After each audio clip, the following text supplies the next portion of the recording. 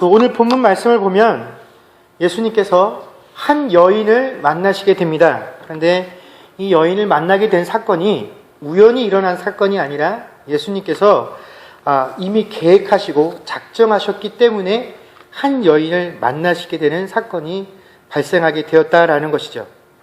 우리가 이제는 귀에 딱쟁이가 앉을 만큼 들었던 내용인데, 유대인과 사마리아인들은 앙숙 중에 앙숙인 관계들로 살았습니다.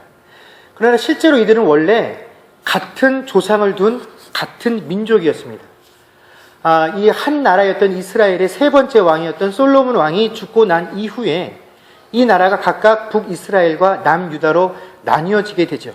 그리고 이 나라가 각각 다른 나라들에 의해서 정복을 당하게 되는데, 그 중에서도 특별히 이 북이스라엘이 인종적으로나 종교적으로 다른 민족과 심하게 혼합이 되게 되므로 인해서 그 남쪽에 남아있던 유대인들이 다른 이방인들보다도 이 사마리아, 북이스라엘 사람들을 더욱더 경멸하고 멸시하게 되었다라는 것입니다. 그래서 나중에 이 바벨론이라는 나라의 포로로 잡혀갔었던 유대 사람들이 포로에서 해방되어서 유대 땅으로 돌아오고 나서 다시 하나님을 위해서 성전을 건축할 때에 이 사마리아 사람들이 우리도 함께 그 성전을 건축하겠다라고 자원했을 때에 그것을 만류하고 너희는 함께 할 수 없다라고 거절을 할 정도였습니다. 그뿐만이 아니라 이 이스라엘 남쪽에 살고 있었던 유대인들이 북쪽 갈릴리 지역으로 이동을 할 때에는 그 중간 지역인 사마리아 지역을 통과하는 것이 아니라 요단강을 건너서 요단강 바깥쪽으로 우회를 해서 이 사마리아 지역을 거치지 않고 또다시 요단강을 건너서 그 갈릴리 지역으로 들어가는 그런 힘들고 복잡한 경로들을 선택을 했다라는 것입니다.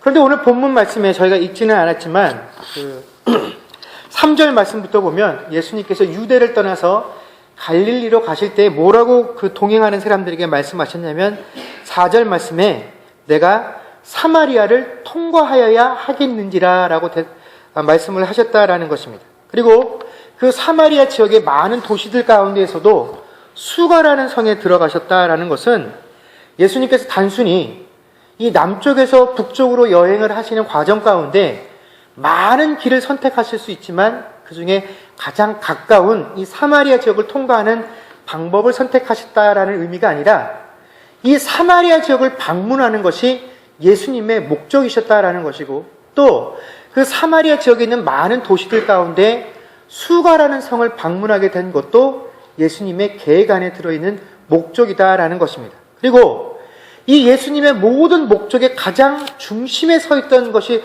바로 뭐였냐면 바로 오늘 이 본문 말씀에 등장하는 한 여인을 만나시기 위함이었다라는 것입니다. 여러분, 이 수가성에 들어온 예수님께서 한 우물 곁에서 휴식을 취하고 계셨습니다. 그리고 함께 들어왔던 제자들은 먹을 것을 구하기 위해서 마을로 흩어졌죠. 보통 마을에 우물가라라고 하면 우리가 어떤 것들을 상상하게 됩니까? 한국 같으면 그 아낙네들이 우물가 옆에서 물도 깃고 빨래도 하고 하여튼 그 많은 사람들이 왁자지껄하는 그런 장면들을 연상하게 되는데, 오늘 예수님께서 계셨던 그 우물에는 예수님을 제외하고는 단 한 명의 사람도 없었습니다. 왜 그랬냐면 예수님께서 그 우물가에 도착하셨을 시간이 6시였기 때문에 그렇다라는 것입니다. 이 6시라는 시간이 어떤 시간이냐면 현대의 시간으로 따지면 정오에 해당하는 시간입니다. 그리고 팔레스타인 지역에서 이 12시, 낮 12시는 햇볕이 굉장히 뜨거운 시간이기 때문에 사람들이 야외 활동을 하지 않고 다 집에 머물러 있게 된다라는 것이죠. 바로 이러한 상황 가운데에서 예수님께서 그 우물에 계실 때 한 여인이 그 우물가로 물을 깃기 위해서 찾아왔습니다. 예수님께서 그 여인을 보시고 물을 좀 달라고 하셨죠. 그래서 그 여인이 이렇게 대답을 합니다. 당신은 유대인인데 어떻게 사마리아 여자인 나한테 물을 달라고 하십니까? 라고 했다라는 거죠. 보통 외지인이 우물가 옆에서 물을 좀 달라고 부탁을 하면 우리 같으면 어떻게 하겠습니까? 일단 물을 줘서 그 사람의 목마름을 해결한 이후에 이해관계를 따지던지 시시비비를 따지든지 할 텐데, 이 여인은 저 멀리서부터 예수님을 보면서 다가왔을 때 한눈에 이 예수님이 누구인 걸 알았습니까? 유대인이라는 사실을 발견하고 예수님께서 부탁을 했을 때, 유대인인 당신이 어떻게 나에게 이런 부탁을 하냐라고 말을 하면서 거절을 했다라는 것이죠. 예수님의 요구를 거절한 분명한 이유가 그 여인의 대답 속에 들어있습니다. 뭐였기 때문에 그렇습니까? 유대인이었기 때문에 그랬다라는 것이죠. 여러분, 사람들에게는요, 인식의 한계, 인식의 제한이라는 것이 존재하게 됩니다. 우리는 모든 것들을 인식을 할 때 이미 내가 받았던 교육과 또 내가 자랐던 문화나 전통 혹은 내 경험이나 정보 등을 통해서 어떤 것들에 대해서 내가 이것을 호의적으로 받아들일 것인지 혹은 악하게 대할 것인지를 이미 어떻게 합니까? 마음속으로 결정들을 하게 된다라는 것이죠. 이미 그런 것들이 새겨진 다음에 내가 개별적으로 어떠한 대상이나 물건들과 상황을 대할 때 여기에 어떻게 반응을 할지를 우리가 결정을 하게 된다라는 것입니다. 그런데 한번 내가 어떠한 정보와 어떠한 경로를 통해서 경험하게 된 내 인식들은요, 어지간해서는 바뀌어지지를 않습니다. 그런데 내가 가지고 있는 이런 인식의 한계나 제한들이 내 삶의 전반에 걸쳐서 드러나기 때문에 우리가 어떻게 살아가냐면 나에게 그런 제한적인 인식이 있다는 사실을 모르고 살아갈 때가 많이 있다는 겁니다. 내가 지금 생각하고 내가 반응하는 것들이 내가 지난날 겪어왔었던 경험들 때문에 이렇게밖에 반응을 못해라고 생각하지 못하고 나는 합리적이고 그럴 만한 이유가 있다라고 생각을 한다라는 것입니다. 나는 이 일에 대해서 매우 객관적이다라고 생각들을 하게 된다라는 것이죠. 여러분, 이 사마리아 여인에게 있어서도 예수님을 받아들이는 데 있어서 방해가 된 요소들이 존재합니다. 그게 뭐였냐면 첫 번째는 인종의 장벽이었습니다. 당신은 유대인, 나는 사마리아인. 이것이 예수님이 하는 말 자체를 이미 거절하게 만들었다라는 것입니다. 또 종교적인 장벽, 유대인들이 가지고 있는 종교관, 사마리아인이 가지고 있는 이 종교관이 또 이 예수님을 거절하게 만들었다라는 것이고, 마지막으로 오랜 시간 동안 역사를 통해서 되풀이되어 온 이 차별의식이 유대인이라고 한다면 무조건 싫은 것. 그래서 예수님의 하시는 말씀에 대해서 거절을 하게 만들었다라는 거죠. 그렇기 때문에 이 여인이 예수님이 물을 한 번 떠달라라는 이 제안에 거절을 한 것은 단순한 거절이 아니라 뭡니까? 오랜 시간 동안 그가 받아왔던 서름과 또 아픔에 대한 저항이라는 것이죠. 그냥 물 떠주는 게 싫은 게 아니라 뭐가 싫다는 겁니까? 난 당신이 싫다라는 겁니다. 여러분, 우리가 전도를 할 때 교회나 혹은 기독교에 대해서 또 교인이나 목사에 대해서 상처가 많은 그런 경험들을 하신 분들한테 전도하기 힘든 이유가 바로 이것 때문입니다. 네가 전하는 내용, 네가 앞으로 뭘 하고 싶은 건지에는 관심도 없고 뭡니까? 그냥 당신이 싫은 겁니다. 내가 지금까지 경험해 기독교가, 교회가, 교인이, 목사가 이랬기 때문에 그냥 목사인 네가 싫고 교인인 네가 싫고 기독교가 싫고 교회가 네가 싫다라는 것입니다. 여러분, 지금 그녀의 생각에 자신 앞에 서 있는 사람은 여태껏 자신들을 무시했었던 그 유대인들 중에 그냥 단순히 한 명일 뿐인데 이제 그가 평상시 같으면 말도 걸지 않았을 이 사마리아 여자한테 자기가 목마르고 답답하니까 이렇게 와서 부탁을 하는구나. 야, 참 속물 중에 속물이고 참 주제도 없는 인간이구나 라고밖에 생각을 할 수 없었다라는 것입니다.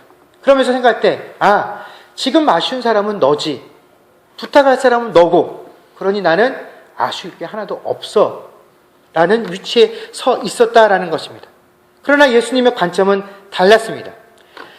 오늘 저희가 읽었던 10절 말씀에 보면 이러한 여인에 대해서 예수께서 뭐라고 대답을 하시냐면, 예수께서 대답하여 이르시되 내가 만일 하나님의 선물과 또 내게 물 좀 달라 하는 이가 누구인 줄 알았더라면 내가 그에게 구하였을 것이요 그가 생수를 내게 주었으리라 라고 말씀하셨습니다. 예수님께서 만약 지금 내가 너에게 말하고 있는 내가 어떤 대상인 줄 네가 알았더라면 네가 오히려 나에게 부탁을 했을 거야.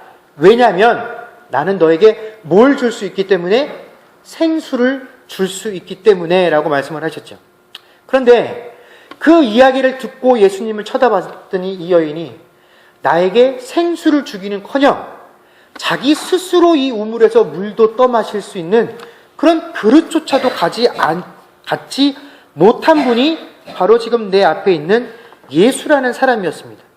더군다나 이 여인은 굳이 이 예수님께서 주시겠다고 하는 생수가 필요하지도 않은 상태였습니다.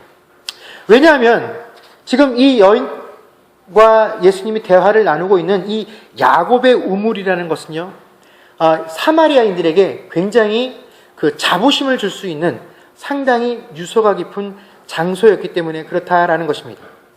여러분, 이 이스라엘이라는 이름은 원래 야곱이라는 인물에게 하나님께서 새롭게 주신 사람의 이름이었죠.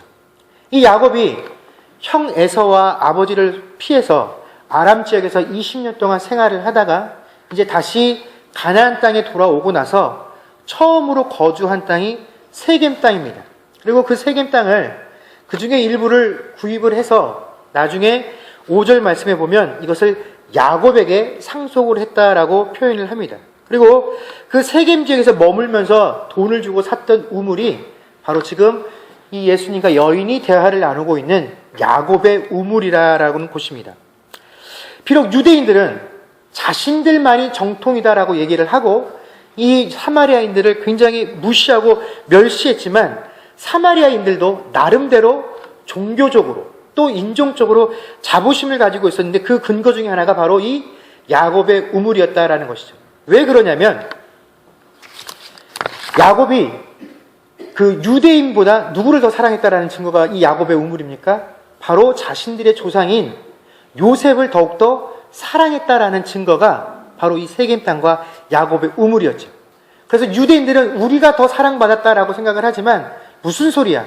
이스라엘의 여러 지파들 가운데 우리가 더 사랑을 받았어 라는 자존심과 또 처음 이스라엘이 이 땅에 머물렀을 때 바로 이 우물로부터 그 모든 12지파의 자손들과 가축들이 이 우물에서부터 나오는 물로 먹고 살았기 때문에 이 우물만 있으면 모든 갈증과 누구의 어려움도 해결할 수 있다라는 그런 자부심이 담긴 우물이 바로 이 우물이었다라는 것입니다. 그렇기 때문에 굳이 이 우물이 있는데 나는 다른 물은 필요 없어. 이 정도만 있어도 내가 이 땅을 살아가는데 아무런 문제가 없어 라고 생각을 했기 때문에 예수님께서 제안했을 때 이 여인이 그 예수님의 제안에 혹할 필요가 전혀 없었다라는 것입니다. 이미 있음에도 불구하고 내 어려움을 해결할 길이 있는데도 불구하고 예수님이 생수를 주신다 해서 그 생수를 받겠다라고 하는 것은 그냥 내 삶을 더 피곤하고 번거롭게만 할 뿐이었기 때문에 예수님이 어떠한 말씀에도 이 여인은 반응하지 않았다라는 것입니다.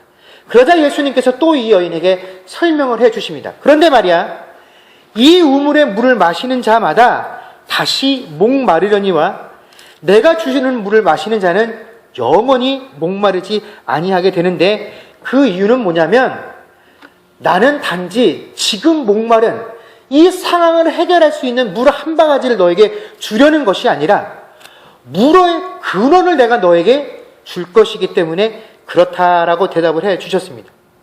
여러분, 물은요 사람이 살아가는데 꼭 필요한 요소입니다. 이 물이 조금만 우리 몸에서 부족하게 되면 사람은 심각한 고통을 느끼게 됩니다. 그래서 사람들은요 끊임없이 자기 몸 안에 뭐를 공급해 줘야 됩니까? 물을 넣어 주어야만 합니다. 그런데 여러분, 한번 이런 생각들 해보셨습니까?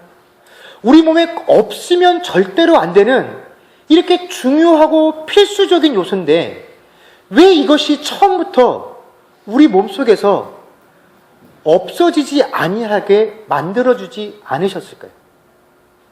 왜 이것이 처음부터 항상 우리 몸속에서 충만하게 넘쳐나도록 해주시지 아니하셨을까 하는 생각들을 해보셨습니까? 하나님이 처음부터 우리가 이 수분이라는 것이 우리 몸에 꼭 이렇게 필요한데 왜 필요하면 저절로 우리 몸에서 생성돼서 우리가 이런 어려움 없이 살아가도록 해주시지 아니하셨을까? 근데 여러분, 단지 물뿐만이 아닙니다. 우리가 이 세상에서 살아갈 때 꼭 필요하다고 요구하는 것들, 없어서는 안 된다라고 하는 그 요소들 중에 어느 것 하나 우리를 영원히 만족시켜주고 영원히 채워줘서 난 그거는 이제 내가 죽을 때까지 안 구해도 돼 라고 할 수 있는 요소가 단 한 가지도 없다라는 사실을 알고 계십니까? 왜 우리가 이 땅을 살아가면서 우리가 의지하고 그렇게 중요하다라고 말하는 것들, 그것을 끊임없이 우리의 삶 가운데 채워가고 영원히 그것들로 인해서 만족함을 누리지 못하고 살아가는 그런 인생을 살아가느냐? 왜냐하면 만족하지 못하는 것이 죄의 특성이기 때문에 그렇다라는 것입니다. 여러분, 죄라는 것은요, 현재 나에게 주어진 것들에게 만족하지 못하고 감사하지 못하고 마지막 하나까지도 뺏어서 내가 취해야지만 되는 것, 그 욕구가 바로 죄의 특성이기 때문에 그렇다라는 것입니다.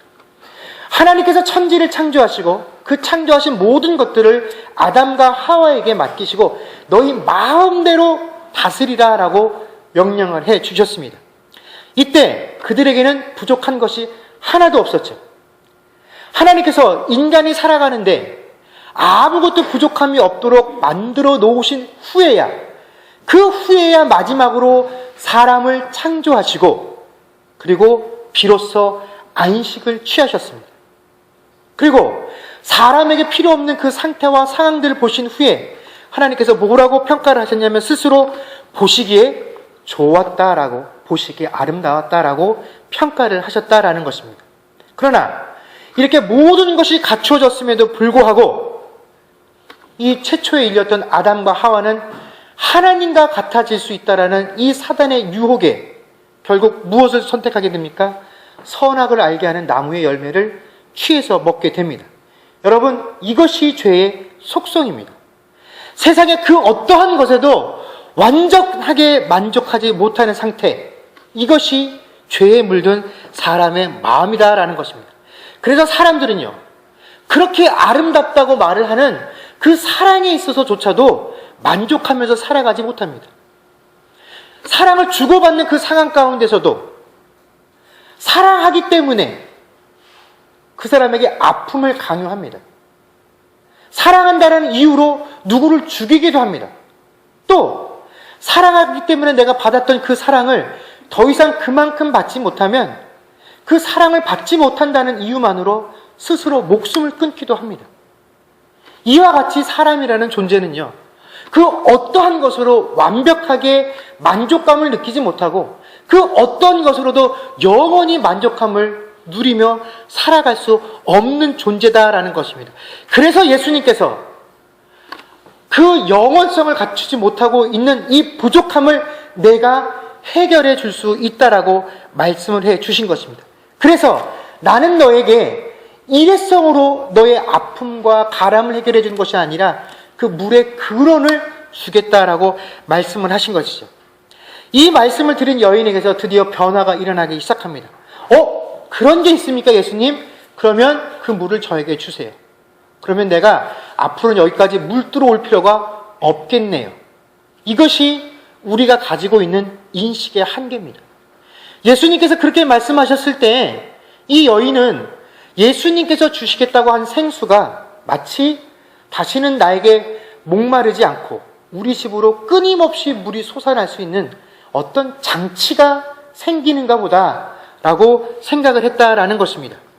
마치 오늘날 많은 사람들이 교회에 오면 복받게 됩니다라고 이야기를 했을 때, 여러분, 만약에 사기를 당했던 사람이 전도하는 사람에게 예수 믿으면 복받습니다라고 말하면 그 복을 무엇으로 해석하겠습니까?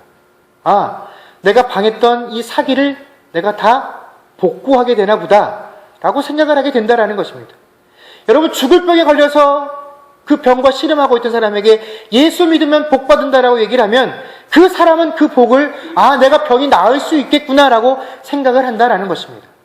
여러분, 큰 시험을 앞두고 있는 사람에게 예수 믿으면 복 받는다라고 얘기를 하면 그 사람은 그 복을 내가 이 시험에 합격하겠구나라고 생각할 수 있는 그 인식의 한계만큼만 이 여인도 예수님께서 내게 생수를 주시겠다라고 했을 때 내가 다시는 여기까지 물 들어올 일이 없겠구나라고 생각을 했다라는 것입니다.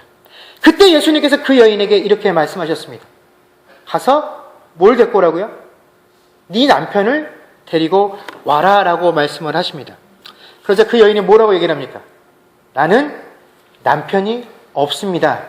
예수님께서 그래, 네 말이 맞다.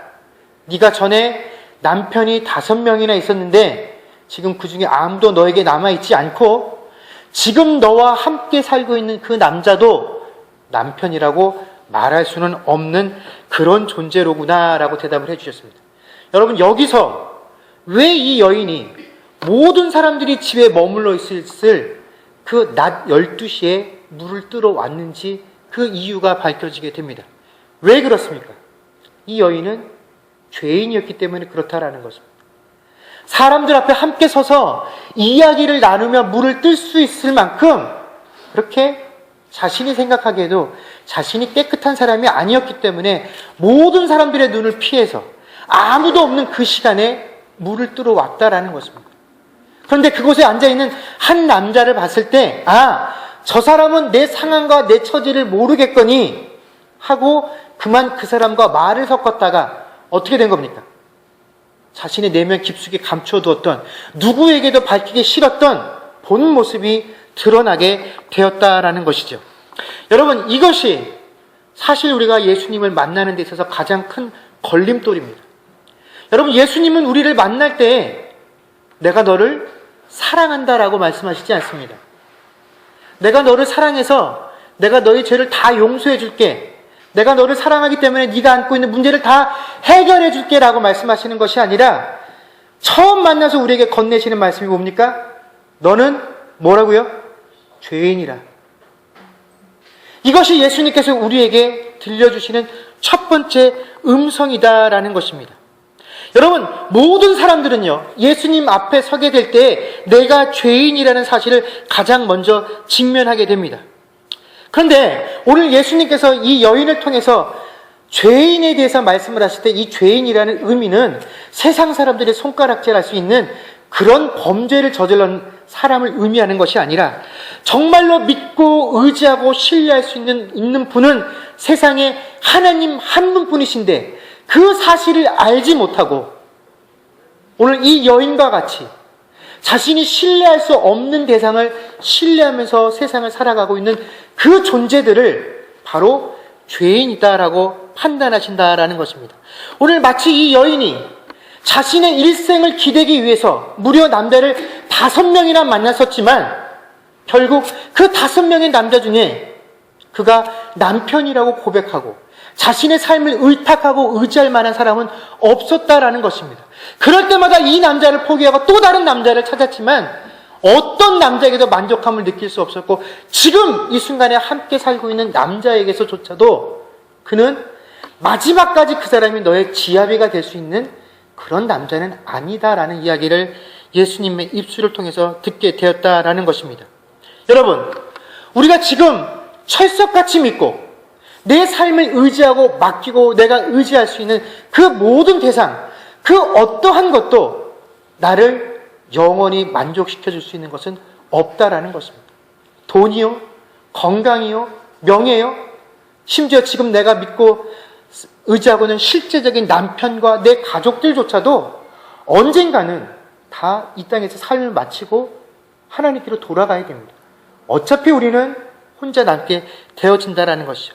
지금 당장은 나에게 기쁨을 주고 만족을 누릴 수 있는 그 대상도 여러분 언젠가는 말라버릴 존재입니다.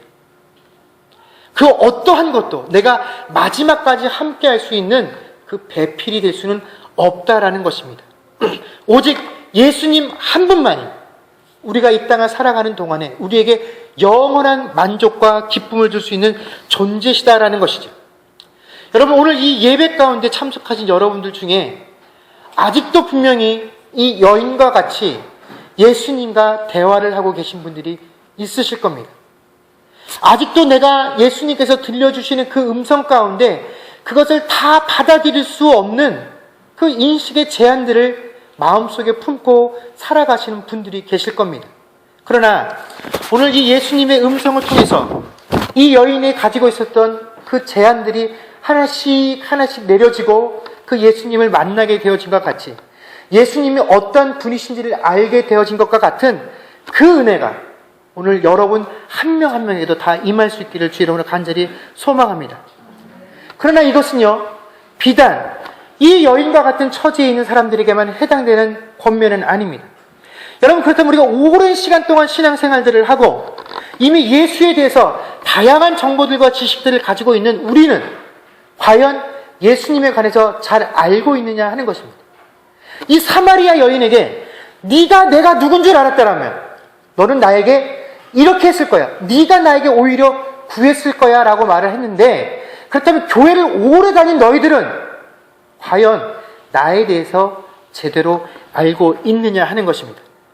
여러분, 우리는 스스로에게 물을 때 나는 과연 하나님에 대해서, 예수님에 대해서 잘 알고 있는 사람이라고 고백할 수 있습니까? 그렇다면 무엇을 가지고 내가 정말로 하나님을 잘 아는 사람이다라고 판단할 수 있겠습니까? 오늘 그 기준이 성경에 나와 있습니다. 여전히 10절 말씀에 보면 예수께서 대답하여 이르시되 내가 만일 하나님의 선물과 또 내게 물 좀 달라 하는 이가 누구인 줄 알았더라면 내가 그에게 구하였을 것이요 그가 생수를 내게 주었으리라. 여러분, 예수님께서 직접 말씀하시기를 네가 지금 내가 누군지를 알았더라면 어떻게 했을 거라고요? 나에게 구하였을 것이라 라고 말씀하고 계십니다. 예수님께서 네가 정말 나를 아는 존재인지 아닌지 내가 어떻게 판단한다고요? 네가 정말로 나에게 구하면 너는 나를 아는 자고 네가 나에게 구하지 않으면 어떤 존재라고요? 네가 말로 아무리 얘기를 해도 너는 아직도 나를 모르는 거야. 나만 신뢰할 수 있는 존재고 나에게만 구할 수 있다는 사실을 알고 바로 예수님께 구하는 자, 그가 정말 예수를 아는 자입니다. 그러나 아무리 신앙생활을 열심히 하고 교회에서 봉사하고 헌신한다고 할지라도 예수님께 구할 줄 모르는 자는 예수가 누구인 줄 아직도 모르는 자입니다. 여러분, 우리가 이 앞에서 살펴봤던 인물 중에 예수님과 같은 유대인이었고 바리새인이었고 성경을 가르치는 이 지식이 풍부했었던 니고데모라는 인물이 있었습니다. 그는 다른 바리새인들과 다르게 예수님에 대해서 열린 마음을 가지고 있었고 예수님이 하시는 일에 대해서 깊은 관심을 가지고 있었던 사람입니다. 그래서 예수님을 만나기를 원했고 예수님 앞에 직접 서서 예수님 듣기 좋은 말로 칭찬을 했습니다. 그랬더니 예수님께서 뭐라고 말씀하셨습니까? 네가 거듭나지 않으면 천국에 갈 수 없다라는 말을 들었죠. 일종의 핀잔입니다. 왜 그랬습니까? 여러분, 유대인들이 비난하고 비하하고 아무것도 모른다고 했었던 이 사마리아 여인이나 성경에 대해서 잘 알고 하나님께서 선택한 백성이라고 믿었던 그 유대인이나 예수님 앞에 서서 예수님 앞에 구하지 못하고 예수님을 판단했던 것은 다 똑같았다라는 것입니다. 니고데모가 예수님이 정말로 누구인 줄 알았다라고 한다면 예수님 당신이 어떤 사람입니다. 당신이 하고 있는 일이 어떤 의미를 가지고 있습니다. 예수님을 판단할 일이 아니라 무엇을 했어야 합니까? 무릎을 꿇고 예수님께 구해야했어야죠. 당신으로부터만 나오는 생수와 영생을, 당신으로부터 나오는 긍휼과 은혜를 구했어야지 정말로 그 사람이 예수를 아는 사람이었다라는 것입니다. 이것을 하지 못하기 때문에 그도 이 사마리아 여인도 전혀 다를 것이 없었다라는 것입니다. 여러분, 마가복음 8장 29절 말씀에 보면 예수님께서 그 제자들을 향해서 너희는 나를 누구라 하느냐라고 물으셨을 때 베드로가 주는 그리스도시다라고 고백을 했습니다. 이 고백을 듣고 금방 예수님께 칭찬을 들었던 베드로가 예수님께서 고난받으실 일을 예언하셨더니 그렇게 되지 못하게 자기가 힘쓰겠다라고 했다가 어떤 이야기를 듣게 됩니까? 사단이라는 이야기를 듣게 됩니다. 여러분, 예수님을 알지 못하면 이렇게 된다라는 것입니다. 여러분, 예수님을 향한 우리의 알미 단순히 이 베드로와 같은 지식의 고백이 되어서는 결코 안 될 것입니다. 우리의 삶 속에서 내가 정말 예수님을 얼마나 알고 있는지, 우리가 얼마나 예수님께 구하고 있는지로 보여져야 할 것입니다. 실제로 예수님께서 그것을 보시고 우리가 정말로 믿음이 있는 자인지 내 자녀인지를 판단하게 될 것입니다. 여러분, 오늘 이 사마리아 여인 한 명을 만나시기 위해서 예수님께서는 모든 사람이 마다하는 그 길을 가셨습니다. 지금 여기에 앉아있는 여러분 한 명 한 명들이 어떠한 이유 때문에 오늘 이 자리에 모였든지 간에 여러분 한 명 한 명들은, 우리 한 명 한 명들은 바로 다 예수님의 계획 안에 들어와 있는 자들입니다. 바로 예수님의 목적이신 분들입니다. 여러분 한 명 한 명들이 참으로 귀한 자들이시다라는 것입니다. 여러분, 그것에 우리가 감사와 기쁨을 느껴야 할 것입니다. 그러나 그것으로 끝나서는 안 될 것입니다. 우리가 정말로 어떻게 하나님의 자녀인지, 제가 서두에서도 말씀드린 것과 같이 내가 정말로 어렵고 힘든 상황일 때에 정말로 하나님 한 분 앞에 나아가서 내가 구하는 것으로 내가 참 하나님의 자녀입니다, 내 믿음이 진짜입니다를 고백할 수 있는 저와 여러분이 될 수 있기를 주의 이름으로 간절히 축원합니다. 기도하겠습니다.